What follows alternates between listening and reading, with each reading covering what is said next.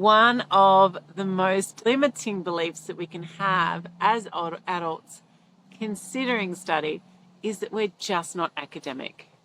Now, a lot of us aren't, and that's okay.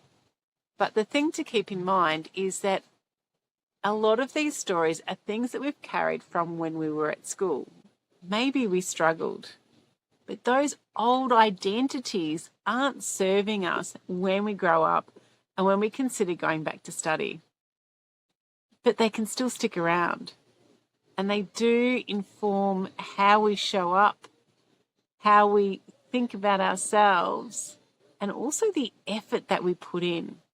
It's almost like a self-fulfilling prophecy. I'm no good at this, therefore I won't try.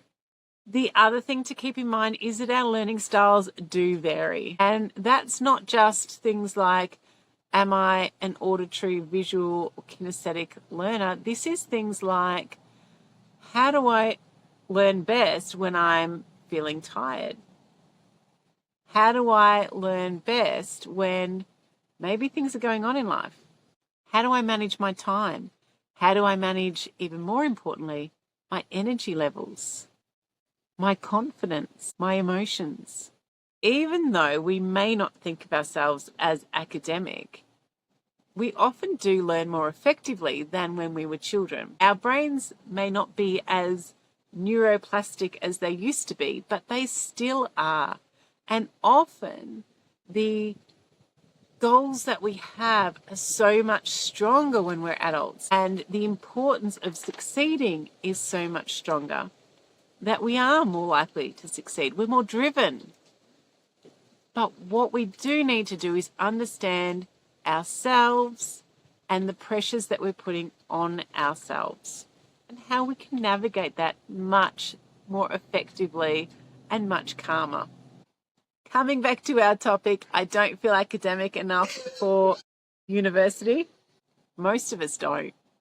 Unless you're an actual academic and that's what you do all day, this is really just a part-time gig for most of us.